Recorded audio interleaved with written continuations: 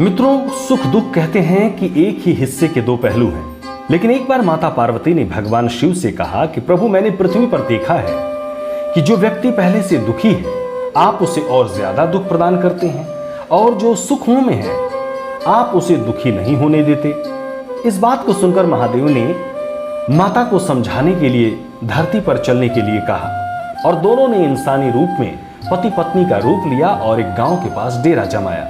शाम के समय भगवान ने माता पार्वती से कहा कि हम मनुष्य रूप में यहाँ आए हैं, इसलिए यहाँ के नियमों का पालन करते हुए हमें यहाँ भोजन करना होगा।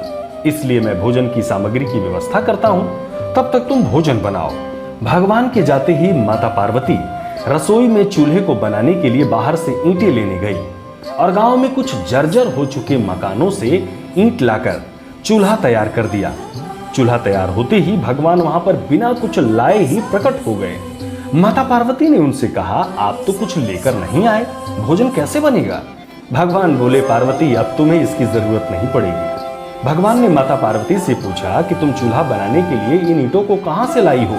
तो माता पार्वती ने बड़े ही सहज भाव से कहा कि एक ऐसा घर भी है जिनका रख रखाव प्रभु इस गांव में बहुत सही ढंग से नहीं हो रहा है। उनकी जर्जर हो चुकी दीवारों से मैं ईंट निकाल कर ले आई, जो घर पहले से खराब थे। भगवान ने फिर कहा, तुम ईंट उन सही घरों की दीवारों से भी तो ला सकती थी। माता पार्वती बोली, प्रभु, उन घरों में रहने वाले लोगों ने उनका रख रखाव बहुत अच्छे तरीके से किया है और वो घर सुंदर भी लग रहे हैं।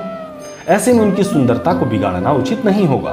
भगवान बोले, पार्वती, यही तुम्हारे द्वारा पूछे गए प्रश्न का उत्तर भी है। जिन लोगों ने अपने घर का रख रखाव अच्छी तरह से किया है, यानी सही कर्मों से अपने जीवन को सुंदर बना रखा है, उन लोगों को दुख कैसे हो सकता है?